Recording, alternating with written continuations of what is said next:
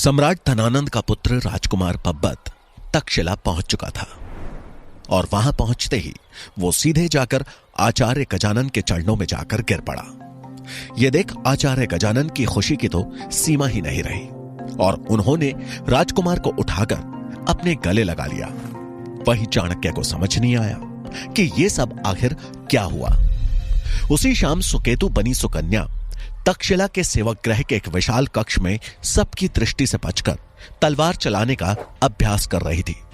उससे तलवार संभाली भी नहीं जा रही थी, लेकिन फिर भी वो उसे चलाने का प्रयास कर रही थी।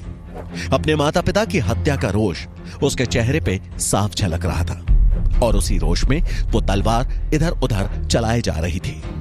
तभी अचानक एक दूसरी तलवार ने उसकी तलवार को हवा में ही रोक लिया। सुकन्या चौंक से गई और जब उसने ध्यान से देखा तो सामने चंद्रगुप्त था।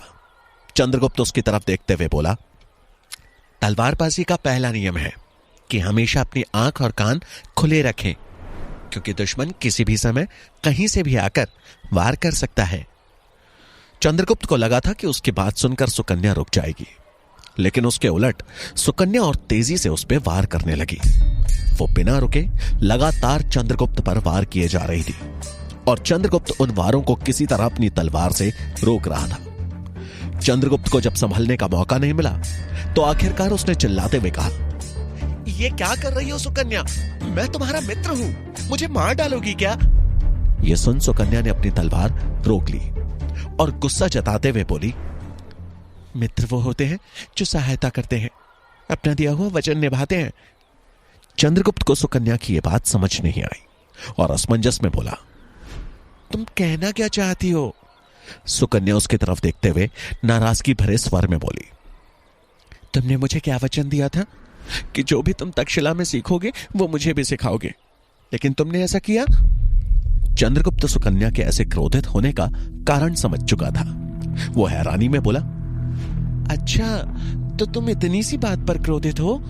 सुकन्या अपने स्वर को और ऊंचा करते हुए बोली, ये इतनी सी बात नहीं है चंद्रगुप्त। तुम अच्छी तरह से जानते हो कि मैंने तक्षशिला में रूप बदलकर प्रवेश इसलिए लिया है ताकि मैं युद्ध कला में निपुण बन सकूं। लेकिन तुम्हें भी यह ध्यान रखना चाहिए कि दीवारों के भी कान होते हैं। आचार्य चाणक्य के शब्द उस कक्ष में गूंजे। उन्हें देख दोनों ने अपनी अपनी तलवारें किनारे रख दी और उन्हें झुककर प्रणाम किया। आचार्य ने दोनों को आशीर्वाद दिया और कुछ सोचते हुए बोले, सुकेतु और चंद्रगुप्त, तुम दोनों को आपस में हमेशा इस बात का ध्यान रखना चाहिए कि तुम कहां पर हो और किस बारे में बात कर रहे हो। सुकन्या हाथ जोड़ते हुए बोली, क्षमा करें आचार्य, वो मैं क्रोध में गलती से बोल गई।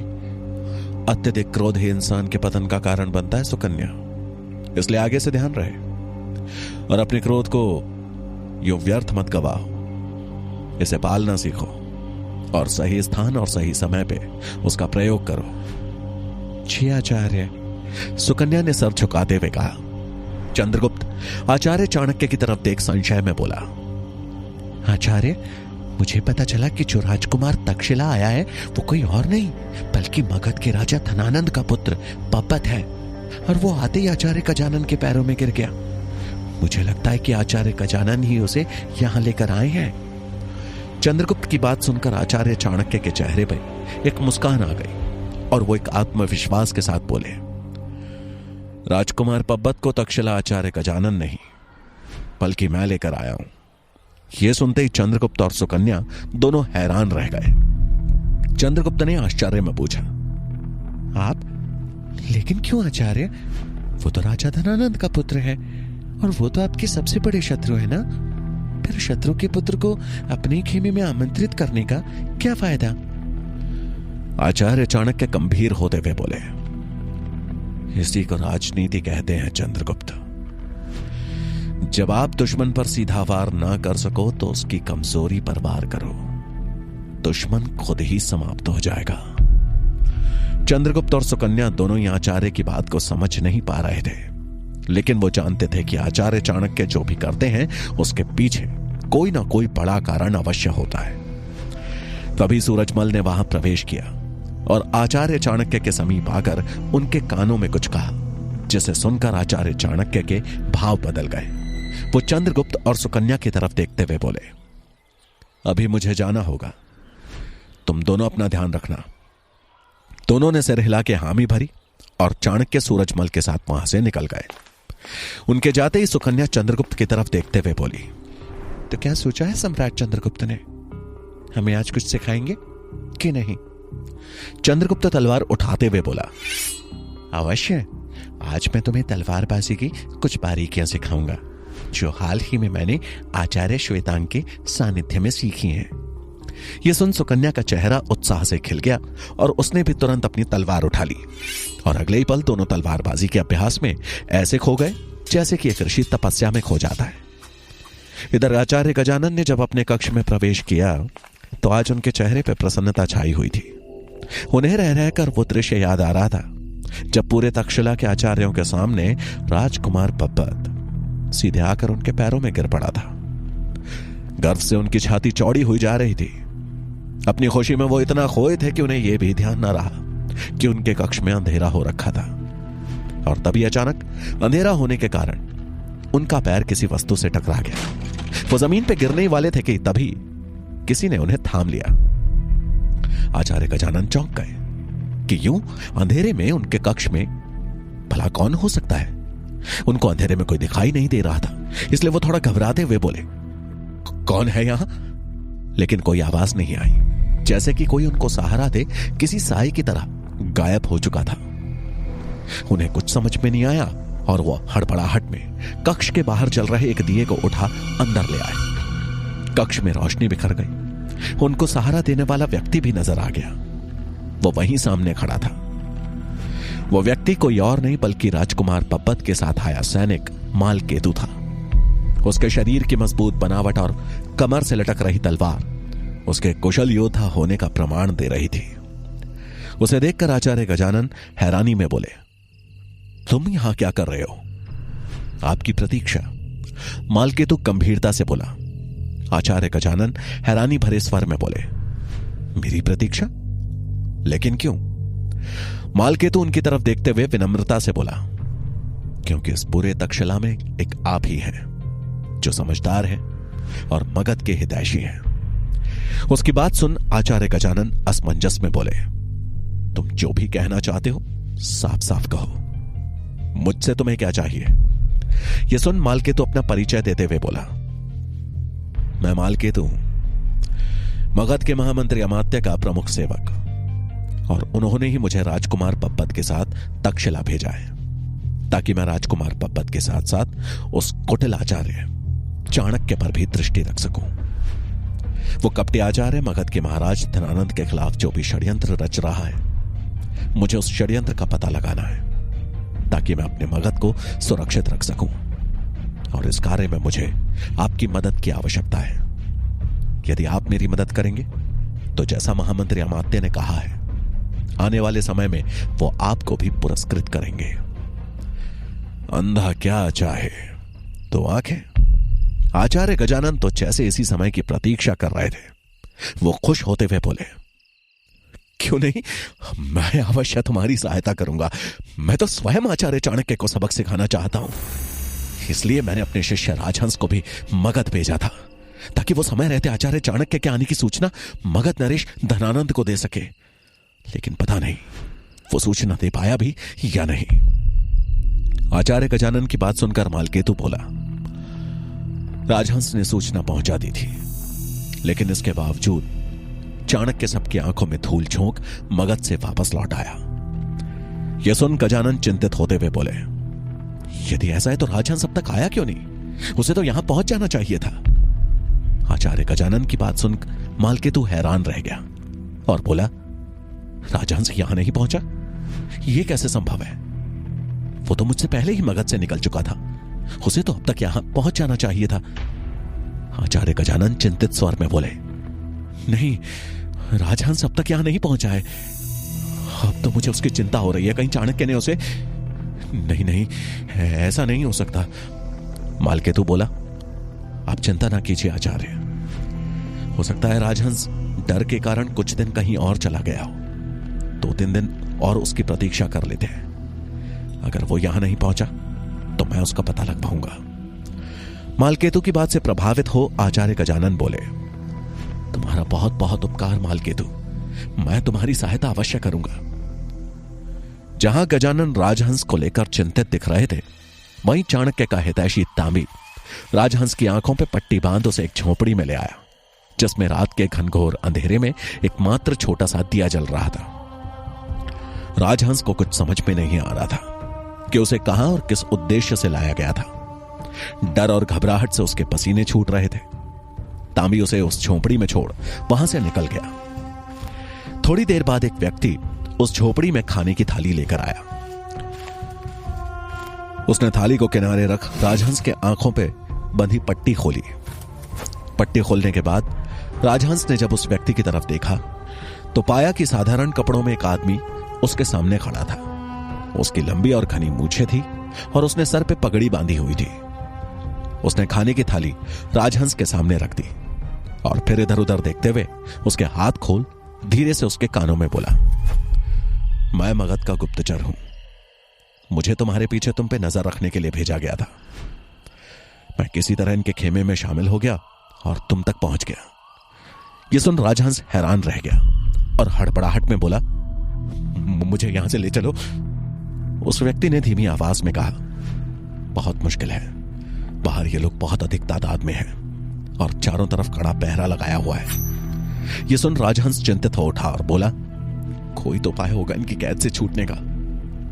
एक उपाय है, वो व्यक्ति लगभग फुसफुसाते हुए बोला। क्या? उत्सुकतावश राजहंस ने पूछा। वो व्यक्ति अत्यंत धीमे स्वर में बोला, तुम चाहो तो किसी के लिए मेरे माध्यम से संदेश भिजवा सकते हो जो तुम्हारी मदद कर सके। यह सुनते ही राजहंस उत्सुक हो बोला, क्या तुम मुझे कहीं से कलम और ताड़पत्र लाकर दे सकते हो? उसकी बात सुनकर वो व्यक्ति बोला, मुझे थोड़ा समय दो, तब तक तुम भोजन कर लो।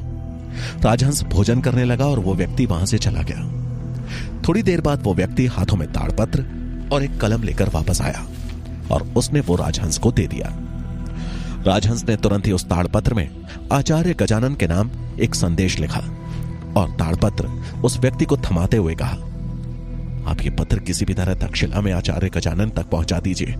ध्यान रहे, ये पत्र आपको सिर्फ आचार्य गजानन के ही हाथ में देना है। अच्छा, तो तुम आचार्य गजानन के लिए काम करते हो? एक तेज और भारी आवाज गूंजी। राजहंस ने जब यह आवाज सुनी तो उसका चेहरा पीला पड़ गया। उसने अपनी नजरें आवाज की दिशा में दौड़ाई तो सामने आचार्य चाणक्य खड़े थे। चाणक्य तेज कदमों से चलते हुए राजहंस के पास पहुंचे और उन्होंने वो ताड़पत्र वहीं खड़े गुप्तचर से अपने हाथ में ले लिया। आचार्य चाणक्य ने वो ताड़पत्र खोला और उसे ध्यान से पढ़ा और फिर राजहंस की तरफ देखते हुए बोले, तो आचार्य गजानन के कहने पे तुमने हमें पकड़वाने की योजना बनाई थी। राजहंस से कुछ बोलते ना बना। उसे समझ नहीं आ रहा था कि इस परिस्थिति से कैसे निकला जाए। आचार्य चाणक्य मुस्कुराते हुए बोले, क्या हुआ? अब तो तुम्हारे विरुद्ध सबूत भी है मेरे पास। तुम्हें लगता है कि तुम्हारी चुप्पी तुम्हें बचा लेगी? राजहंस घबराते हुए बोला, आचार्य चाणक्य, ये आप ठीक नहीं कर रहे हैं। आप मुझे इस तरह से बंदी नहीं बना सकते। उसकी बात सुन आचार्य चाणक्य गंभीर होते हुए बोले, और जो तुमने किया क्या वो सही था? बिना किसी कारण तुमने मेरी मृत्यु का जाल बिछाया। क्या वो नीति के हिसाब से ठीक था? नहीं ना? राजहंस के पास आचार्य चाणक्य के प्रश्नों का कोई उत्तर नहीं था। आचार्य चाणक्य बोले, तुम उत्तर नहीं देना चाहते तो मत दो, रहो यहां बंदी बनकर। राजहंस को समझ आ गया था कि वो पूरी तरह से फंस चुका है, क्योंकि यहां से बचकर निकलना आसान नहीं था। उसने हिम्मत जुटाते हुए कहा, आप क्या चाहते हैं आचार्य चाणक्य? चाणक्य का दाव सही लग गया था। वो उसकी तरफ पलटते हुए बोले, यही कि तुम आज से मेरे लिए काम करो। तक्षशिला में आचार्य गजानन के साथ रहकर उनकी हर योजना के बारे में मुझे बताओ। राजहंस असमंजस में बोला, यह संभव है, मैं अपने मालिक के साथ गद्दारी नहीं कर सकता। आचार्य चाणक्य कुटिल मुस्कान के साथ बोले, वफादारी तो तुम तब निभाओगे जब यहां से जिंदा बचकर जा पाओगे, बाकी तुम सोच लो। राजहंस के पास आचार्य चाणक्य की बात मानने के अलावा और कोई चारा नहीं था। वो थोड़ा हिचकिचाते हुए बोला, ठीक है, आप जैसा कहेंगे आचार्य, मैं वैसा ही करूंगा। लेकिन मगध के उस गुप्तचर का आप क्या करेंगे? राजहंस का इशारा उस व्यक्ति पे था जो चाणक्य के समीप ही खड़ा था। चाणक्य मुस्कुराए और बोले, ये और गुप्तचर? उनके मुस्कुराते ही उस व्यक्ति ने अपनी पगड़ी खोल दी और मूछें हटा दी। गुप्तचर के भेष में वो व्यक्ति और कोई नहीं बल्कि सूरजमल था। राजहंस समझ चुका था कि यह सारा षड्यंत्र आचार्य चाणक्य द्वारा रचा गया है। आचार्य चाणक्य आगे बोले, अब तुम आजाद हो राजहंस, लेकिन ध्यान रहे कि गलती से भी मेरे साथ छल करने की मत सोचना। वो ताड़पत्र उसे दिखाते हुए आचार्य बोले, वरना हमें मजबूरन ये पत्र जाकर आचार्य गजानन को दिखाना होगा और उन्हें बताना होगा कि उन्होंने एक कच्चे घोड़े पे दाव लगाया है, और उसके बाद मेरा तो जो होगा सो होगा। आचार्य गजानन तुम्हें जिंदा नहीं छोड़ेंगे। चाणक्य की बात सुनकर राजहंस का गला सूख गया। उसने सर झुकाकर कहा, आप चिंता न करिए आचार्य, आपने जैसा कहा मैं ठीक वैसा ही करूंगा। यह कहकर राजहंस वहां से जाने को हुआ कि तभी उसके पैर पे तलवार का एक जोरदार वार हुआ, जिससे वो तुरंत ही जमीन पे गिर गया और पीड़ा से कराहने लगा। उसने पीछे देखा तो सूरजमल के हाथ में तलवार थी। आचार्य चाणक्य की तरफ हैरानी में देख राजहंस बोला, मैंने तो आपकी बात मान ली है, फिर ये वार क्यों आचार्य? मुस्कुराते हुए चाणक्य बोले, आचार्य गजानन को क्या उत्तर दोगे? तुम्हें तक्षशिला पहुंचने में इतना विलंब कैसे हो गया? चाणक्य मुस्कुरा रहे थे और राजहंस उनके मुंह को ताके जा रहा था। इधर तक्षशिला के गुप्त कक्ष में पब्बत अकेले बैठा था। वो वहां आचार्य चाणक्य के आने की प्रतीक्षा कर रहा था। साथ में वो चौकन्ना भी था कि कहीं कोई उसकी निगरानी तो नहीं कर रहा। कुछ ही समय में वहां चाणक्य ने प्रवेश किया। पब्बत को देख उनके चेहरे पे एक मुस्कान उभर आई। पब्बत ने उन्हें देख प्रणाम किया। आचार्य चाणक्य उसे आशीर्वाद देते हुए धीमे स्वर में बोले, तक्षशिला में प्रवेश के लिए शुभकामनाएं राजकुमार पब्बत। पब्बत आभार व्यक्त करते हुए बोला, यह सब आपके कारण संभव हो पाया है आचार्य।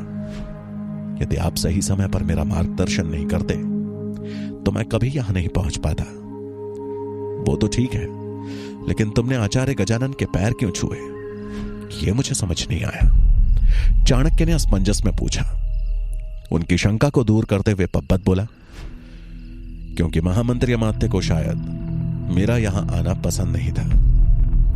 ये उन्हीं की इच्छा थी कि मैं आचार्य गजानन के संरक्षण में रहकर शिक्षा ग्रहण करूं, इसलिए मैंने आचार्य गजानन का आशीर्वाद लिया। आचार्य चाणक्य कुछ सोचते हुए बोले, लेकिन तुम्हें यहां हर कदम सावधानी से रखना होगा। किसी को भी यह न पता लगने पाए कि तुमने मेरे कहने पे तक्षशिला में प्रवेश लिया है, खासकर आचार्य गजानन को। अगर ऐसा हुआ तो तुम्हारे पिता महाराज धनानंद कभी भी तुम्हें वापस बुला लेंगे और इस प्रकार तुम्हारा उच्च शिक्षा का स्वप्न पल भर में टूट जाएगा। पब्बत एक आत्मविश्वास के साथ बोला, आप चिंता मत कीजिए आचार्य, यहां पे मेरा हर कदम सुरक्षित और प्रगति की ओर ही होगा। जहां एक ओर आचार्य चाणक्य और राजकुमार पब्बत गुप्त रूप से बातचीत कर रहे थे, वहीं मालकेतु पब्बत को ढूंढते हुए गुपचुप तरीके से उस कक्ष की ओर बढ़ रहा था। चाणक्य और पब्बत इस बढ़ते खतरे से एकदम अनजान थे। मालकेतु को दूर से ही उस कक्ष से कुछ आवाजें सुनाई दी। वो दबे पांव उस कक्ष की तरफ बढ़ चला, जैसे कि उसने कोई षड्यंत्र सूंघ लिया हो।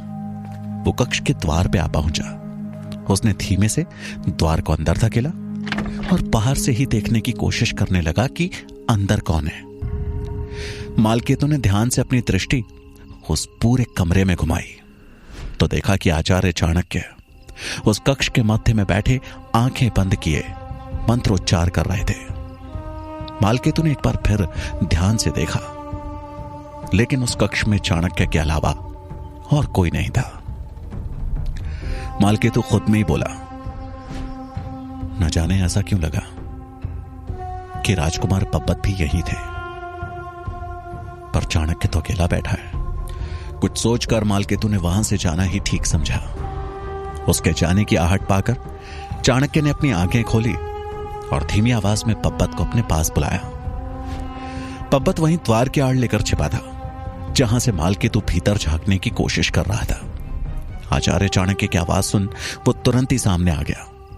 पब्बत बोला, आज एक बार फिर आपकी सतर्कता के कारण हम बच गए।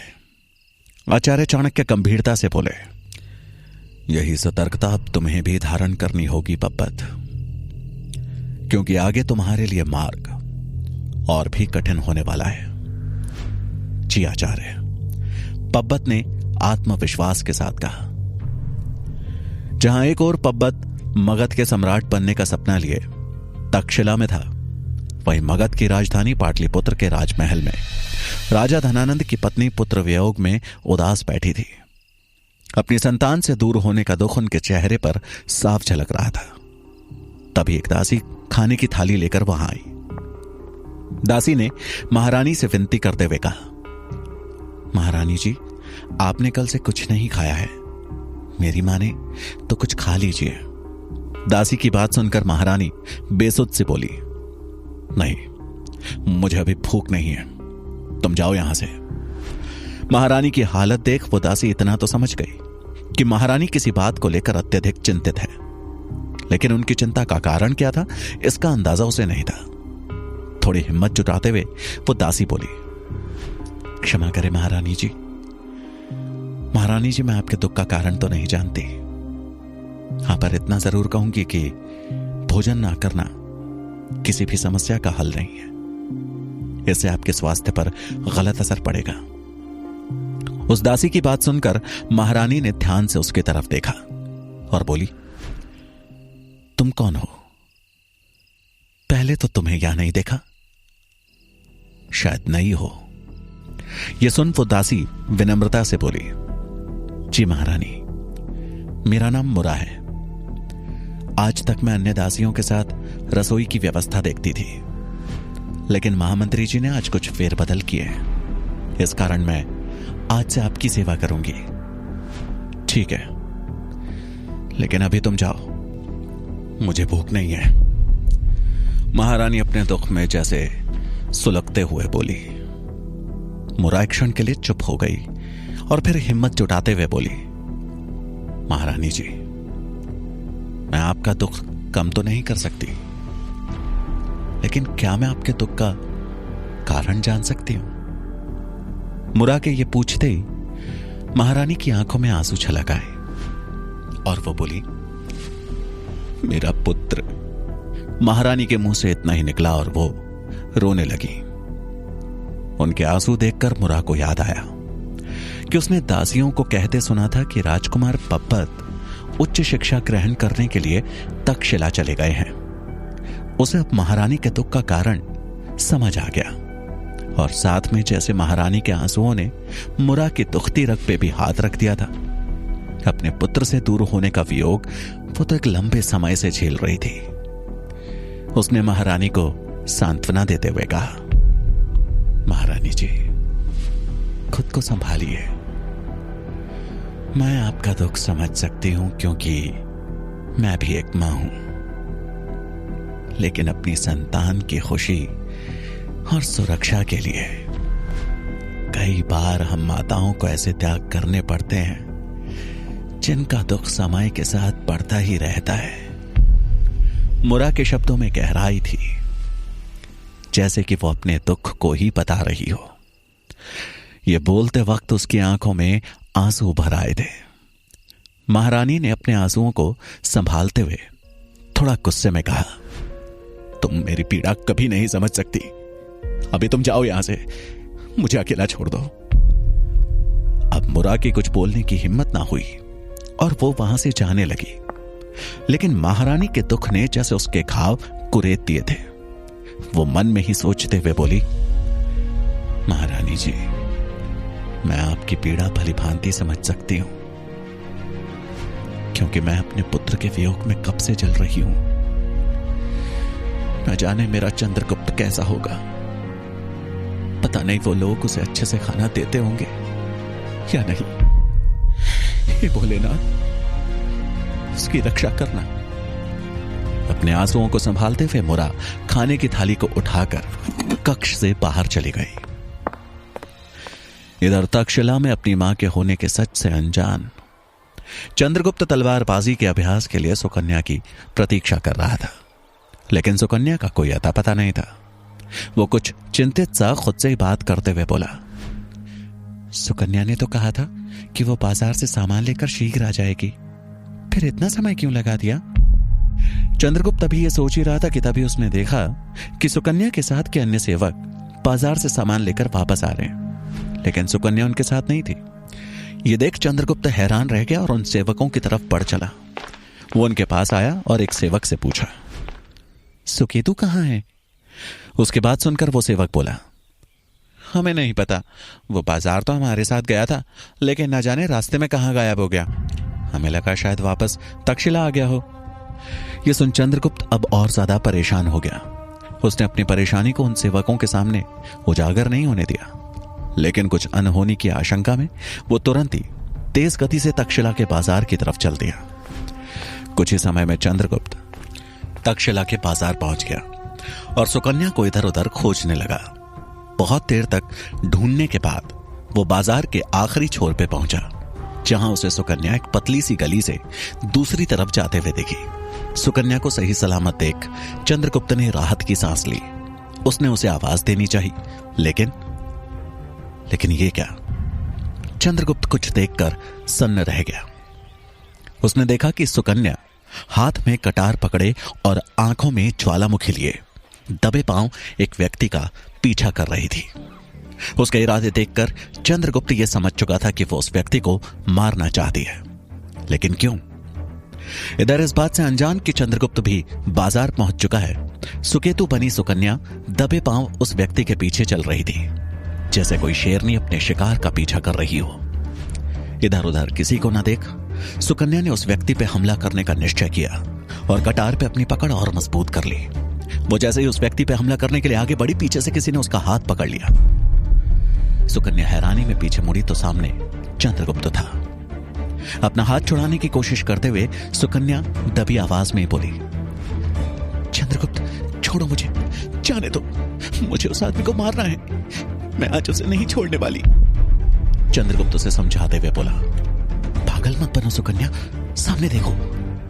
चंद्रगुप्त के कहने पर सुकन्या ने सामने देखा तो अब वो व्यक्ति अकेला नहीं था। उसके साथ कुछ और लोग भी जुड़ चुके थे और वो एक साथ झुंड बनाकर एक तरफ चले जा रहे थे।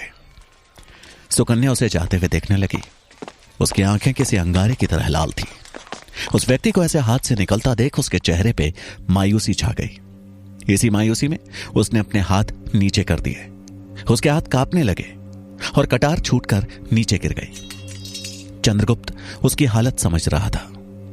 वो उसे संभालते हुए बोला, कौन था वो? मेरे माता पिता का हत्यारा। यह सुनकर चंद्रगुप्त चौंक गया और बोला, तुम इतने विश्वास से कैसे कह सकती हो कि वही था? यह सुनकर सुकन्या क्रोध और पीड़ा में उबलते हुए बोली, उसकी वो हैवानियत भरी आंखें मैं मरते दम तक नहीं भूल सकती। यह कहते कहते सुकन्या टूट कर रोने लगी। चंद्रगुप्त ने एक बार फिर उसकी हिम्मत बढ़ाते हुए कहा, सही समय सुकन्या, सही समय। आज उसका दिन था, कल हमारा भी आएगा। आज उस पर वार कर तुम बहुत बड़ी भूल कर बैठती। दुश्मन को मात देने के लिए केवल रोष ही आवश्यक नहीं है, उचित समय और उचित योजना का होना भी महत्वपूर्ण है। आज एक बात तो तय है कि वो इस बाजार में आता रहता है। अब हमें बस सही समय और स्थान तय करना है, जहां की चोट में हम इनका सफाया कर सके। और तुम्हारे प्रतिशोध लेने का समय जल्दी ही आएगा। चंद्रगुप्त की बातों से सुकन्या के अंदर एक आस जगी। उसने चंद्रगुप्त की तरफ देखा तो चंद्रगुप्त के चेहरे पे आत्मविश्वास और आंखों में दृढ़ता झलक रही थी। इधर तक्षशिला में गजानन के कक्ष में बैठे मालकेतु ने उनसे प्रश्न करते हुए कहा, क्या राजकुमार पब्बत का चाणक्य से कोई संबंध है? मालकेतु की बात सुन गजानन हैरान थे और गंभीर मुद्रा में बोले, संबंध? शत्रुता के अलावा और कौन सा संबंध हो सकता है? कुछ सोचते हुए मालकेतु बोला, आज मैं राजकुमार को ढूंढते हुए एक कक्ष तक पहुंच गया था। मुझे ऐसा लगा शायद वो चाणक्य से उस कक्ष में गुप्त रूप से मिल रहे हैं, लेकिन कक्ष में केवल चाणक्य था, राजकुमार नहीं दिखे। उसके बाद सुन गजानन बोले, और इस शंका का कारण? इससे पहले कि मालकेतु कोई उत्तर देता, उसे कक्ष की ओर किसी के आने का आभास हुआ और उसने आगे कुछ भी बोलना उचित नहीं समझा। मालकेतु का संदेह सही निकला। अगले ही पल राजहंस लंगड़ाते हुए कक्ष के अंदर आया। उसने आचार्य को नमन किया। उसकी दुर्दशा देख गजानन ने चिंता भरे स्वर में कहा, कहां थे तुम राजहंस? आखिर तुमने मगध से वापस आने में इतना समय क्यों लगा दिया?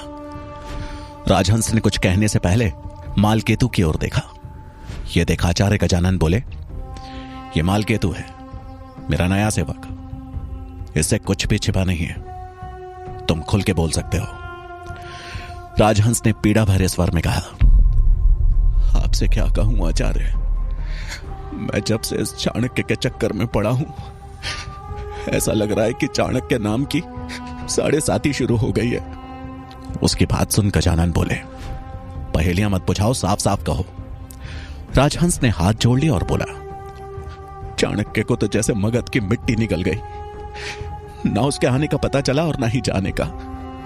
उल्टा मुझे गलत सूचना देने के लिए बंदी बना लिया गया। वो तो आपकी कृपा है कि आपके नाम पर मुझे महामंत्री अमात्य ने छोड़ दिया। तभी मालकेतु ने प्रश्न करते हुए कहा, तक्षशिला लौटने में इतनी देरी क्यों हुई? राजहंस को मालकेतु का ऐसे बीच में टोकना पसंद नहीं आया, लेकिन उसने उसकी बातों पर ध्यान न देते हुए गजानन की तरफ देखकर कहा, मैं गांधार राज्य के कुछ लोगों के साथ वापस लौट रहा था कि तभी हमारे खेमे पर डाकुओं ने हमला कर दिया। कई लोग मारे गए, बस 2-3 लोग ही भागने में सफल हुए, जिनमें से एक मैं था। उसके बाद राजहंस ने अपना घाव दिखाते हुए कहा, यह सौगात उन्हीं डाकुओं की देन है, बस किसी तरह से प्राण बच गए। ऐसा कहते कहते राजहंस के आंसू बहने लगे। उसके घाव को देख गजानन बोले, तुम औषधालय में जाकर इसका उपचार करवाओ। अब चाणक्य के लिए कहीं भागने की आवश्यकता नहीं है। चाणक्य नाम की बीमारी का इलाज यहीं तक्षशिला में ही होगा। राजहंस ने आचार्य को प्रणाम किया और लंगड़ाते हुए बाहर की ओर जाने लगा। उसके चेहरे पर एक मुस्कान थी। आखिर गजानन ने उसकी बातों पर भरोसा जो कर लिया था, लेकिन उनके नए सेवक को देख उसे कुछ सही नहीं लगा। पर अभी के लिए उसके चेहरे पर एक संतोष का भाव था। राजहंस के निकलते ही मालकेतु ने गजानन से प्रश्न करते हुए कहा, आचार्य, क्या आपको इसके तक्षशिला लौटने की कहानी पर भरोसा है? आचार्य ने आंख उठाकर मालकेतु को जवाब देते हुए कहा, तुम्हारी शंकाओं से भरी इस प्रश्न श्रृंखला का उत्तर देना मुझे आवश्यक नहीं लगता, पर अगर तुम्हें राजहंस की बात पर भरोसा नहीं है तो प्रमाण प्रस्तुत कर दो। आचार्य की बात मालकेतु को थोड़ा खटकी, लेकिन वो उन्हें प्रणाम करते हुए बोला, अवश्य आचार्य, और कुछ सोचते हुए कक्ष से बाहर चला गया। अब मालकेतु तक्षशिला में घूमते हुए वहां की हर एक चीज को बड़ी बारीकी से परख रहा था। उसकी दृष्टि वहां होने वाले हर तरह के कार्यकलापों पर थी। तभी घूमते घूमते वो उस जगह पहुंचा जहां पर तक्षशिला के छात्रों को तलवारबाजी का प्रशिक्षण दिया जा रहा था। सभी छात्र गोल घेरा बनाकर मैदान में खड़े थे। उस घेरे के बीचों बीच 2 तलवारें और ढाल रखी हुई थी। तभी आचार्य श्वेतांक ने चंद्रगुप्त और वीरसेन को बुला तलवारबाजी करने का आदेश दिया। आचार्य के कहने पर दोनों घेरे के बीचों बीच आकर खड़े हो गए। दोनों तलवार उठाने के लिए आगे बढ़े कि तभी वीरसेन ने अपनी तलवार उठाते हुए दबी आवाज में चंद्रगुप्त से कहा, तुम्हें आज ऐसा सबक सिखाऊंगा कि दोबारा तलवार चलाना तो दूर, तलवार उठाना भी भूल जाओगे। चंद्रगुप्त ने वीरसेन की बात का जवाब देना उचित नहीं समझा। दोनों अपनी अपनी तलवार उठाकर लड़ने के लिए तैयार हो गए। आचार्य के इशारे पर दोनों ने तलवारबाजी शुरू कर दी। दोनों ही एक कुशल सैनिक की तरह लड़ रहे थे। लेकिन कुछ ही पलों में चंद्रगुप्त वीरसेन पे भारी पड़ने लगा और अंत में उसने वीरसेन पे एक तेज वार किया। वार के प्रभाव से वीरसेन जमीन पे गिर गया और चंद्रगुप्त की तलवार उसकी गर्दन पे आके रुक गई। ये देख जहां वीरसेन के मित्र क्रोध में चंद्रगुप्त को आंखें दिखा रहे थे, वहीं अन्य छात्र ताली बजाने लगे। दूर खड़ा मालकेतु भी चंद्रगुप्त के युद्ध कौशल को देख उससे प्रभावित था। उसके मन में यह सवाल उठा, भला ये कौन हो सकता है? पास जाकर देखना चाहिए। यह सोचकर मालकेतु मैदान की तरफ बढ़ने लगा। जहां तालियों की आवाज सुनकर चंद्रगुप्त का चेहरा खिल गया, वहीं वीरसेन क्रोध से लाल हो चुका था। उसने चुपके से दोनों हाथों में मिट्टी उठा ली थी। जैसे ही चंद्रगुप्त ने अपनी तलवार वीरसेन की गर्दन से हटाई, उसने मौका मिलते ही हाथों में दबाई मिट्टी चंद्रगुप्त की आंखों में उड़ेल दी। अचानक हुए इस हमले से चंद्रगुप्त संभल नहीं पाया और 2-4 कदम पीछे हट गया। उसकी ऐसी हालत देख वीरसेन के मित्र उस पर हंसने लगे। वीरसेन उठा और चेहरे पे कुटिल मुस्कान लिए उसने चंद्रगुप्त को देखा तो वो अपनी आंखें मसल रहा था। वीरसेन बोला, चंद्रगुप्त अब संभालो मेरा वार। वीरसेन का यह षड्यंत्र देख आचार्य चिल्लाए, वीरसेन रुको, यह युद्ध नीति के विरुद्ध है। लेकिन तब तक वीरसेन ने तलवार से अपना वार कर दिया था। आंखों में मिट्टी होने के बावजूद चंद्रगुप्त ने किसी तरह उसके वार को संभाला कि तभी आचार्य ढाल लिए उन दोनों के बीच आकर खड़े हो गए। उन्होंने वीरसेन के अगले वार को निष्क्रिय कर दिया और अपनी आवाज बुलंद करते हुए बोले, बस करो वीरसेन, अब अगर एक और वार हुआ तो तुम्हारा निष्कासन तय है। आचार्य की बात सुन वीरसेन हाथ में तलवार लिए बस दांत पीसता रह गया। आचार्य ने चंद्रगुप्त को विजयी घोषित किया और वीरसेन को दंड देते हुए पूरे दिन लकड़ी काटने की सजा सुनाई। ताली बजा रहे छात्रों ने चंद्रगुप्त को हवा में उठा लिया कि तभी मालकेतु ने उसे और करीब से देखा। उसे देख मालकेतु का मस्तिष्क हिलोरे खाने लगा और वो चंद्रगुप्त पर बारीकी से नजर गड़ाए मन ही मन बोला, ये चेहरा तो किसी से मेल खाता है, लेकिन किससे याद नहीं आ रहा। क्या मालकेतु चंद्रगुप्त और मुरा के संबंध का सच जान पाएगा? जानने के लिए सुनिए चाणक्य का अगला भाग।